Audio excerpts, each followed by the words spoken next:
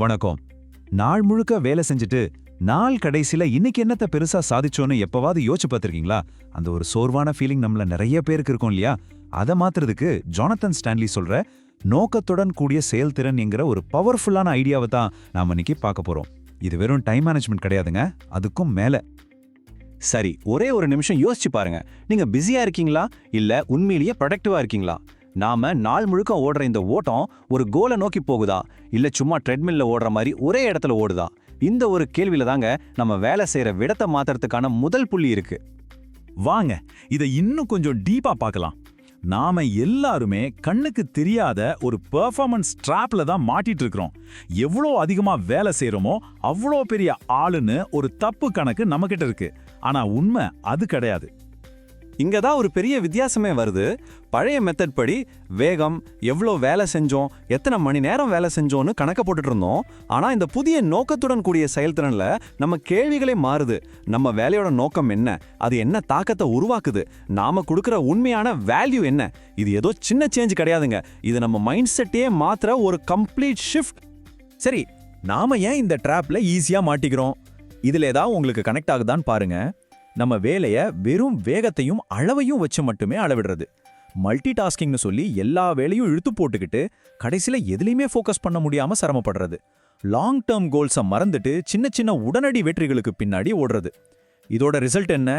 பயங்கர சோர்வும் ஃப்ரஸ்ட்ரேஷனும் தான் மிச்சம். சரி, இப்போ பிரச்சனை என்னன்னு புரிஞ்சிடுச்சு. இதுக்கு சொல்யூஷன் என்ன? அங்கதான் நோக்கத்தை நோக்கிய மாற்றம் சீன்ல வருது. இந்த புக்கோட ஹார்ட்டே இதுதான். அப்போ இந்த பர்பஸ்ஃபுல் பர்ஃபார்மன்ஸ்னா என்ன?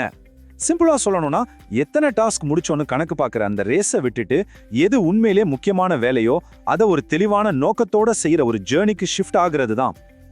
ஜொனாதன் ஸ்டான்லியோட இந்த வார்த்தைகள் முழு விஷயத்தையும் பொழிச்சுன்னு சொல்லுது. நாம என்ன செய்யறோங்கிறத விட அதை ஏன் செய்யறோங்கிறது தான் இங்க ரொம்ப ரொம்ப முக்கியம். சரி, இந்த சூப்பரான ஐடியாவை நம்மளோட டெய்லி லைஃப்ல எப்படி அப்ளை பண்றது? அதுக்கு தான் இந்த 5 ஸ்டெப் ஆக்ஷன் பிளான் இருக்கு. வாங்க இந்த 5 ஸ்டெப்ஸையும் ஒன்னொன்னா பார்க்கலாம். ஃபர்ஸ்ட், உங்க பர்பஸை டிஃபைன் பண்ணுங்க. உங்களுடைய மிக முக்கியமான 2-3 நோக்கங்கள் என்னன்னு தெளிவா எழுதி வைங்க. ரெண்டாவது, உங்க ஆக்ஷன்ஸை அலைன் பண்ணுங்க. நீங்க செய்ய போற ஒவ்வொரு வேலைக்கு முன்னாடியும் இந்த வேலையும் கோலுக்கு ஹெல்ப் பண்ணுமான்னு ஒரே ஒரு செகண்ட் யோசிங்க. பதில் இல்லைன்னா அதை செய்ய வேண்டாம். மூணாவது, சரியா ப்ரையாரிட்டைஸ் பண்ணுங்க. எல்லா வேலையும் ஒண்ணு இல்ல, ஹை இம்பாக்ட் கொடுக்கக்கூடிய அந்த ஒரு சில வேலைகள்ல மட்டும் ஃபோக்கஸ் பண்ணுங்க. நாலாவது, எது முக்கியமோ அதை மெஷர் பண்ணுங்க. இன்னைக்கு எத்தனை மணி நேரம் வேலை பார்த்தீங்கன்னு கணக்கு பார்க்காதீங்க, அதுக்கு பதிலா இன்னைக்கு என்ன உருப்படியான ரிசல்ட் கொண்டு வந்தேன்னு கேளுங்க. கடைசியா 5வது, கண்டினியூஸா ரிஃப்ளெக்ட் பண்ணுங்க. ஒவ்வொரு வீக்கெண்ட்லயும் ஒரு 5 நிமிஷம் எடுத்து நாம கரெக்டான ட்ராக்ல தான் போறோமான்னு ஒரு சின்ன செல்ஃப் செக் பண்ணிக்கோங்க. சரி, இது ஒரு தனிநபருக்கு ஓகே. ஆனா நாம டீமா தானே வேலை செய்றோம்.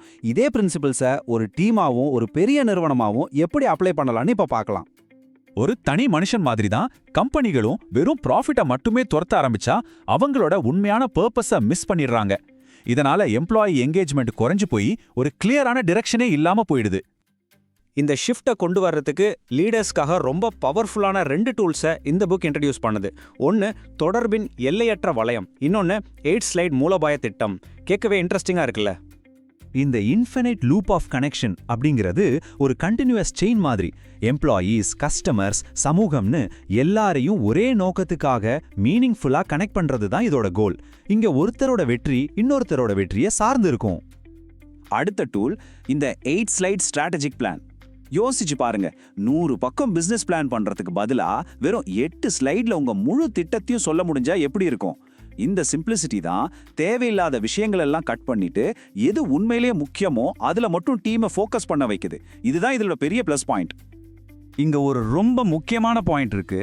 கஸ்டமர்ஸ் கிட்ட உங்க ப்ராடக்ட் என்ன செய்யும்னு மட்டும் சொல்லாதீங்க. உங்க கம்பெனி எதுக்காக நிக்குது, அதோட வேல்யூஸ் என்னன்னு சொல்லுங்க. ஃபங்க்ஷனலா மட்டும் கனெக்ட் ஆகாம எமோஷனலா அவங்களோட கனெக்ட் ஆக ட்ரை பண்ணுங்க. அந்த இணைப்பு தான் உண்மையான லாங் டேர்ம் லாயல்ட்டியை உருவாக்கும். இந்த அப்ரோச்ல எது நல்லா ஒர்க் அவுட் ஆகுதுன்னா, இது வெறும் ஃபிலாசபி மட்டும் கிடையாது, இது ரொம்ப தெளிவான ஸ்ட்ரக்சர்டான ஒரு கைடு. இன்னைக்கு இருக்கிற பிசினஸ் கிளைமேட்டுக்கு இது ரொம்ப ரெலவெண்டா இருக்கு. அது மட்டும் இல்ல, பெரிய நிறுவனங்களுக்கு மட்டும் இல்லாம சின்ன சின்ன பிசினஸ் கூட ஈஸியா யூஸ் பண்ணக்கூடிய பிராக்டிக்கலான டிப்ஸ் இதுல நிறைய இருக்கு. ஆனா அதே சமயம் சில விஷயங்களையும் நம்ம மைண்ட்ல வச்சுக்கணும். இதுல இருக்கிற சில ஐடியாஸ் நீங்க ஏற்கனவே வேற புக்ஸ்ல படிச்ச மாதிரி இருக்கலாம். சில நேரங்கள்ல சில விஷயங்கள் திரும்ப திரும்ப ரிப்பீட் ஆகுற மாதிரியும் உங்களுக்கு தோணலாம். சரி, கடைசியா இந்த காலகட்டத்துல ஒரு கம்பெனி பர்பஸோட செயல்படுறது ஏன் ஒரு ஆப்ஷன் இல்ல, அது ஒரு கட்டாயமா மாறி இருக்கு? ஏன்னா இப்போ சிச்சுவேஷனே மாறிடுச்சு. எம்ப்ளாயீஸ்க்கு சம்பளம் மட்டும் பத்தாது, அவங்க செய்யற வேலையில ஒரு மீனிங் வேணும். கஸ்டமர்ஸ் வெறும் ப்ராடக்டை வாங்கல, ஒரு கம்பெனியோட ஆத்தென்டிசிட்டியும் பர்பஸையும் பார்த்து தான் வாங்குறாங்க. அதே மாதிரி சொசைட்டியும் கம்பெனிகள் ஒரு பாசிட்டிவ் இம்பாக்ட் கொடுக்கணும்னு எதிர்பார்க்குது. ஸோ இதுலேருந்து நம்ம கற்றுக்க வேண்டிய பாடம் என்னன்னா, பர்பஸை இக்னோர் பண்ணுறது ஒரு பெரிய ரிஸ்க். அதை ஏற்றுக்கிட்டு செயல்படுறது தான் இந்த மாடர்ன் வேர்ல்டில் சர்வைவ் ஆகி ஜெயிக்கிறதுக்கான ஒரே வழி. சரி, இதை முடிக்கிறதுக்கு முன்னாடி உங்ககிட்ட ஒரு கேள்வி.